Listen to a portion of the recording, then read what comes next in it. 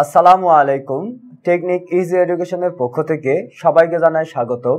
সপ্তম শ্রেণীর ইসলাম ও নৈতিক শিক্ষার যে বিষয়টি নিয়ে আলোচনা করব তা হচ্ছে পঞ্চম অধ্যায়ের হযরত আলী রাদিয়াল্লাহু তাআলা আনহু-এর জীবন আদর্শ।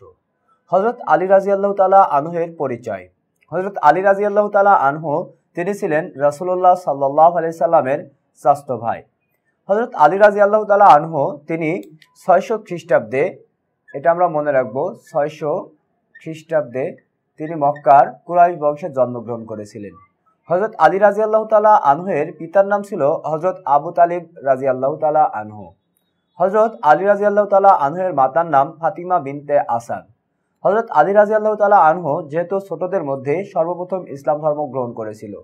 হযরত আলী রাদিয়াল্লাহু তাআলা আনহু তিনি রাসূলুল্লাহ সাল্লাল্লাহু আলাইহি সাল্লামের সান্নিধ্যে সবসময় থাকতেন।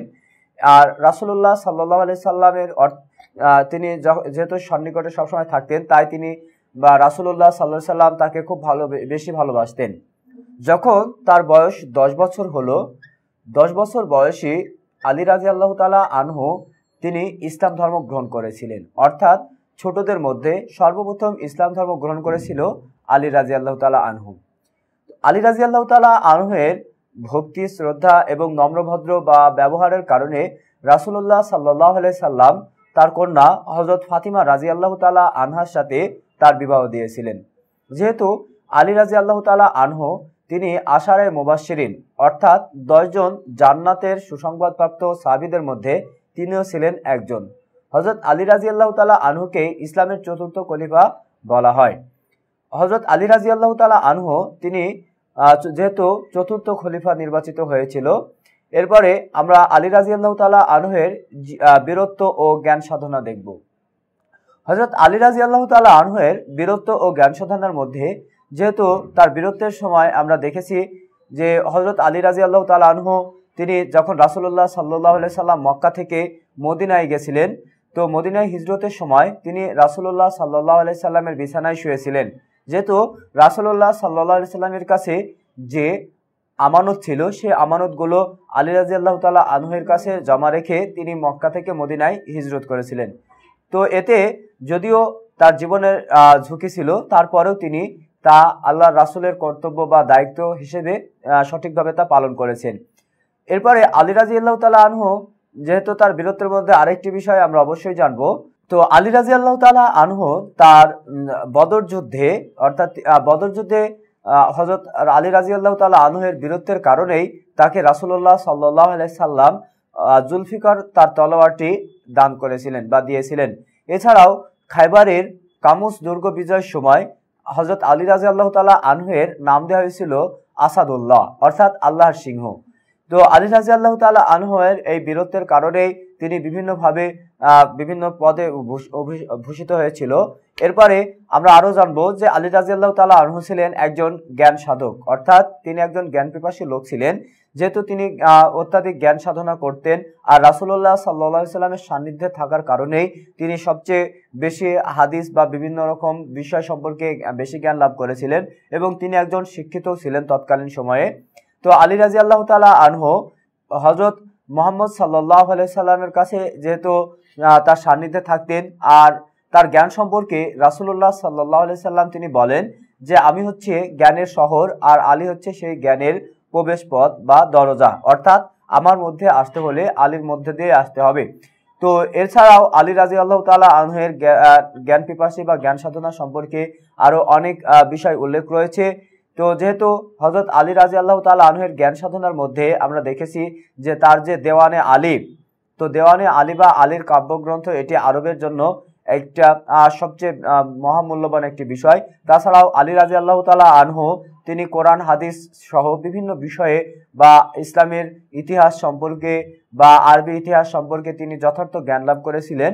তো এই জন্য হযরত আলী রাদিয়াল্লাহু তাআলা আনহু তিনি তার জ্ঞান সাধনার জন্য ব্যাপকভাবে তিনি পরিশ্রম ও চেষ্টা করে গেছেন। খলিফা নির্বাচন। হযরত আলী রাদিয়াল্লাহু তাআলা আনহু তিনি 656 খ্রিস্টাব্দে, আমরা মনে রাখবো যে তিনি খলিফা নির্বাচিত হয়েছিলেন 656 খ্রিস্টাব্দে।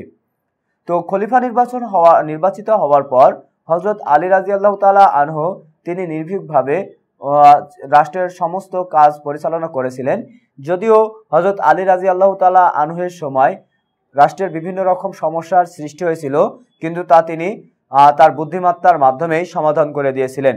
হযরত আলী রাদিয়াল্লাহু তাআলা আনহুর রাষ্ট্র পরিচালনা, যেহেতু এটি একটি গুরুত্বপূর্ণ বিষয়, কেননা আলী রাদিয়াল্লাহু তাআলা আনহু তিনি তার রাষ্ট্র পরিচালনায় যে খোলাফায়ে রাশিদিন অর্থাৎ অন্যান্য খলিফাদের ন্যায় বা রাসূলুল্লাহ সাল্লাল্লাহু আলাইহি ওয়াসাল্লামের আদর্শ অনুসরণ করে তিনি রাষ্ট্র পরিচালনা করেছিলেন। তো হযরত আলী রাদিয়াল্লাহু তাআলা আনহু তিনি রাষ্ট্র পরিচালনার ক্ষেত্রে কখনো স্বজনপ্রীতি করতেন না। অর্থাৎ রাষ্ট্রের কোনো পদের জন্য যখন কোনো পদের নিয়োগ হতো বা নিয়োগ দেওয়া হতো কাউকে, তিনি কোনো বিচারের ক্ষেত্রেও যেমন স্বজনপ্রীতি করতো না, নিয়োগের ক্ষেত্রেও তেমন স্বজনপ্রীতি করতো না।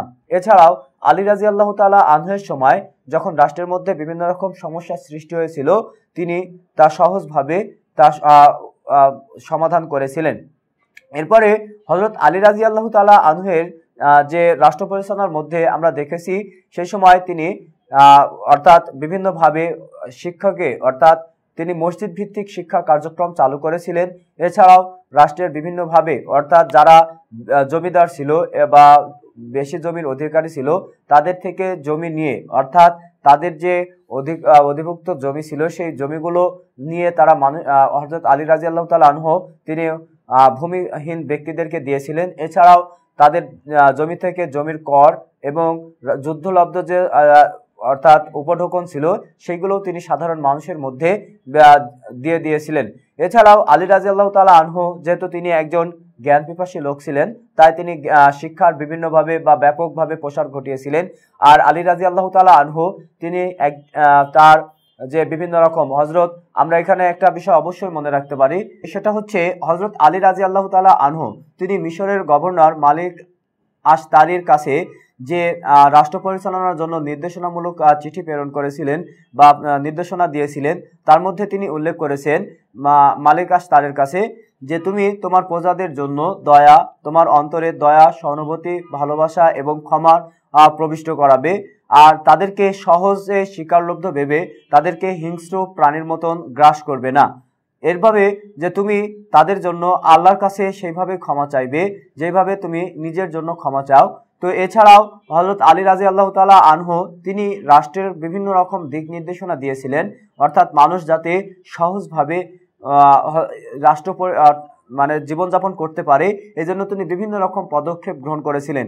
আর তিনি জানতেন যে কৃষিকাজের মাধ্যমে তিনি ব্যাপক উন্নয়ন সাধন করা যায়, তাই তিনি মানুষের মধ্যে কৃষির ব্যাপকভাবে প্রচলন করেছিলেন।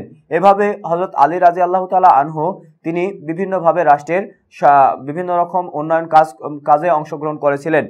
এরপরে হযরত আলী রাদিয়াল্লাহু তাআলা আনহুর জীবনযাপন সম্পর্কে আমরা জানবো। হযরত আলী রাদিয়াল্লাহু তাআলা আনহু তিনি সহজ সরল জীবনযাপন করতেন, অর্থাৎ তিনি তার জীবনের মধ্যে কোনো চাকচিক্য বা জাঁকজমকপূর্ণতা ছিল না তার জীবনে। হযরত আলী রাদিয়াল্লাহু তাআলা আনহু তিনি কখনো অনাহার কখনো আহার করে তার জীবনযাপন অতিবাহিত করেছেন। যেহেতু আলী রাদিয়াল্লাহু তাআলা আনহু তিনি যে নিজের কাজ নিজেই করতেন এবং নিজের উপার্জনের মাধ্যমে তিনি তার জীবিকা সংগ্রহ করতেন, এইভাবে তিনি তার জীবনযাপন করেছিলেন। তাছাড়াও হযরত আলী রাদিয়াল্লাহু তাআলা আনহু তিনি খিলাফত দায়িত্বে মাত্র 6 বছর ছিলেন। আমরা এটা মনে রাখবো, তিনি 6 বছর খিলাফতের দায়িত্ব পালন করেছিলেন। এরপরে 661 খ্রিস্টাব্দে আমরা মনে রাখবো 661 খ্রিস্টাব্দে অর্থাৎ এক খারেজি, এই খারেজির মুলজাম নামের এক খারেজি, তো সে কি করেছিল, সে হযরত আলী রাদিয়াল্লাহু তাআলা আনহু যখন নামাজরত অবস্থায় ছিলেন তো সেই সময় তাকে ছুরির আঘাত করেছিল, আর এতেই হযরত আলী রাদিয়াল্লাহু তাআলা আনহু তিনি শাহাদাত বরণ করেছিলেন। তো হযরত আলী রাদিয়াল্লাহু তাআলা আনহু সম্পর্কে রাসূলুল্লাহ সাল্লাল্লাহু আলাইহি সাল্লাম বলেন যে মুমিন ব্যক্তির বন্ধু হচ্ছে হযরত আলী রাদিয়াল্লাহু তাআলা আনহু। তাহলে যেহেতু মুমিনের বন্ধু হযরত আলী রাদিয়াল্লাহু তাআলা আনহু হিসেবে আখ্যায়িত করা হয়েছে, তাই এভাবে আমরা আলী রাদিয়াল্লাহু তাআলা আনহুর জীবন আদর্শ অনুসরণ করব এবং হযরত আলী রাদিয়াল্লাহু তাআলা আনহু যেভাবে ইবাদত জ্ঞান সাধনা করেছেন এবং আল্লাহ তাআলার আনুগত্য দাসত্ব করেছেন, আমরাও সেভাবে আমাদের জীবনকে অতিবাহিত করব, তবে আমরা তার আদর্শে আদর্শিত হতে পারবো। তো শিক্ষার্থী বন্ধুরা, এই ছিল হযরত আলী রাদিয়াল্লাহু তাআলা আনহু সম্পর্কে সংক্ষিপ্ত আলোচনা। আশা করি ভালো লেগেছে। ভালো লাগলে অবশ্যই আমাদের চ্যানেল টেকনিক ইজি এডুকেশনকে সাবস্ক্রাইব করবেন, লাইক ও কমেন্ট দিয়ে আমাদেরকে আরো উৎসাহিত করবেন। আসসালামু আলাইকুম ওয়া রাহমাতুল্লাহ।